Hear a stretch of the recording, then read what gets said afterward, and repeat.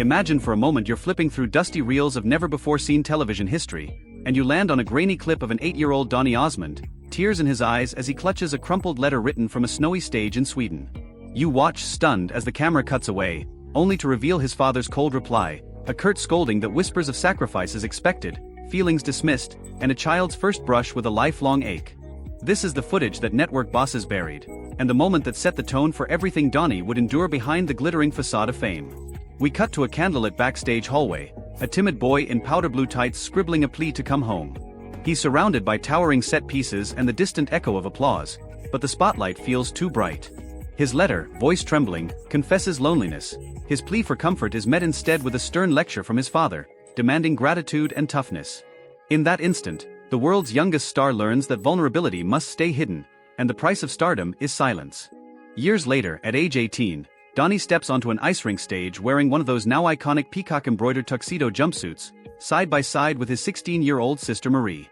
The primetime variety show they'd been handed by ABC President Fred Silverman was unprecedented, a $3 million gamble on two teens from Utah. As the camera sweeps across life-sized puppets and oversized costumes, you realize you're watching a surreal dreamscape, Sid and Marty Krofft's imaginative fever dream colliding with teen idol pop. Every week, a new fantastical world, dazzling skates, talking dragons, color-soaked sets, designed to enchant an audience hungry for spectacle. Behind the scenes, though, the siblings carry burdens that no stagehand can fix. Marie, still in high school, endures executives' offhand comments about her looks and warnings that a single flub could cost hundreds of people their livelihoods. Each smile she offers the camera masks a gnawing self-doubt that leads her down the dark path of starving herself to meet an impossible ideal. Donnie, meanwhile, battles the first whispers of panic deep in his lungs. He's learned well that tears are weakness. When the tremor in his voice nearly breaks him, he forces it into a charming grin instead. As the show gains traction, ABC realizes it has tapped into something powerful. Advertisers clamor to reach the 18 to 49 demographic by featuring the clean-cut Osmonds in their spots. By the late 70s, youth-focused campaigns become the network's new formula, and other networks scramble to replicate the magic. Yet Donnie and Marie never fully relish their success. They're too young, too controlled, never allowed to steer their own course. When the cancellation notice arrives in 1979, they aren't the ones who write the final script. The siblings learn the cruel lesson that even stars of a hit show can be dismissed as easily as a prop no longer needed. Donnie's world narrows. The teen idol hits that once climbed the charts now sound hollow to him. By his mid-20s, the industry labels him washed up, pigeonholing him as bubblegum pop even as he craves artistic growth. He recalls feeling unhip and embarrassed, so desperate in fact, that a publicist naively suggests he get arrested to shed his squeaky clean reputation. The very idea of sabotaging his own values in pursuit of relevance rips open the chasm between the wholesome image the public adores and the man simmering with doubt behind closed doors. Through the 80s, Donnie drifts, rebuilding from near bankruptcy after complex family financial arrangements leave him penniless despite record-breaking tours. He reinvents himself on Broadway and in concert halls, but each role feels like a compromise. Marie finds success in country music and talk shows. Recognition, yes, but still a reminder that neither sibling can entirely escape the Osmond brand that launched them. In 1998, they reunite for a daytime talk show produced by Dick Clark. Critics love it and Emmy nods follow, but the viewers don't come. 2 seasons later, it ends quietly, another testament to the fickle nature of fame. Then, in 2008, the Flamingo Hotel in Las Vegas offers them 8 shows. It becomes 1,330 performances over 11 years, an extraordinary homecoming. On stage they shine, blending music, comedy, and the polished choreography that once defined their youth. But scriptwriters backstage tell a different tale. Tensions rise as contracts are negotiated, legal papers are filed, and manager Chip Lightman accuses Donnie of fraud, defamation, and breach of faith.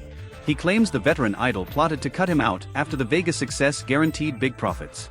Allegations swirl of secret demands, halted performances, and whispered betrayals, all at odds with the warm family image they project to tourists in rhinestone jumpsuits. Through it all, Donnie's faith remains both an anchor and a point of friction.